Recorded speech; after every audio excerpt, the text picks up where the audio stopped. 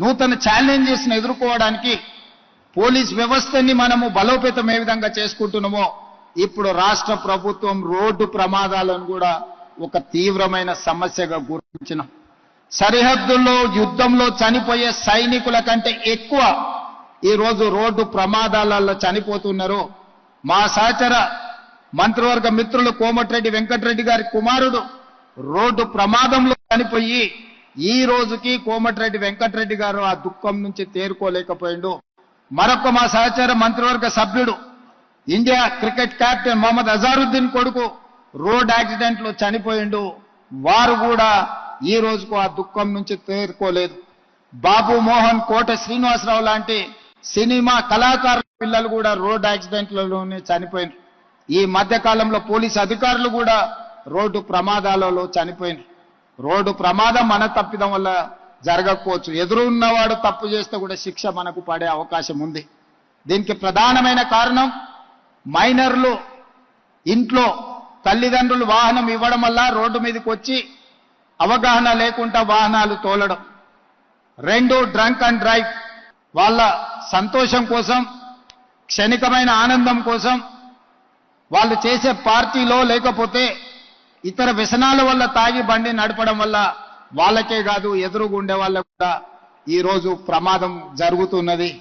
కాబట్టి ఈరోజు మైనర్లు బండ్లు నడపడం లేదా డ్రంక్ అండ్ డ్రైవ్ లో బండ్లు నడిపే వాళ్ళని నియంత్రించాల్సిన బాధ్యత పోలీసుల మీద ఉన్నది.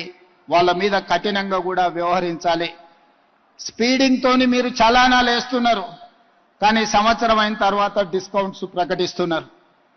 దానివల్ల ఎలాగూ తగ్గిస్తారు కదా, మళ్ళా చూద్దాంలే అన్న వ్యవస్థ ఈ రోజు ఒక సమస్యగా మారింది. అందుకే పోలీస్ సిబ్బందికి శాఖకు నేను సూచన చేస్తున్నా, ఈ చలాన్స్ వెయ్యడం అనేది వెయ్యకుండానే నియంత్రించి వాళ్ళకు అవగాహన కల్పించాలి. తప్పని పరిస్థితిలో ఎవరి మీదైనా చలానా వేస్తే ఒక్క పైసా తగ్గించకండి. మూడవది, వాళ్ళ బ్యాంక్ అకౌంట్స్ తోని డైరెక్ట్ గా డిపార్ట్మెంట్ కి సింక్రనైజ్ చేయండి. ఎప్పుడు చలానా పడితే ఆటోమేటిక్ గా వాళ్ళ అకౌంట్ లోకి వెళ్ళి డిడక్ట్ అయ్యి పోయే విధంగా ఈ రోజు బండి రిజిస్ట్రేషన్ కు వచ్చినప్పుడే ఆ బండి యజమాని యొక్క ఖాతాను మీరు తీసుకోండి.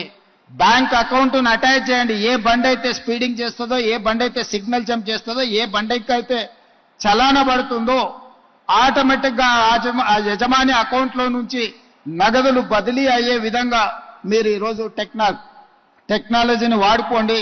బ్యాంకులను కూడా సమన్వయం చేసుకోండి.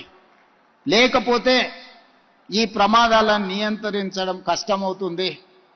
ఇలాంటి ప్రమాదాలకు పాల్పడే వాళ్ళ పట్ల కఠినంగా వ్యవహరించాలి. పిల్లలకు వాహనాలు ఇచ్చి ప్రమాదాలకు కారణమైతే వాహన యజమాని మీద కూడా కేసులు కట్టాలి. అప్పుడే చిన్నపిల్లలకు అందుబాటులో వాహనాలు పెట్టడం మానేస్తారు. ఇవన్నీ జరగాలంటే ప్రాథమిక విద్యలోనే పిల్లలకు అవగాహన కల్పించాలి.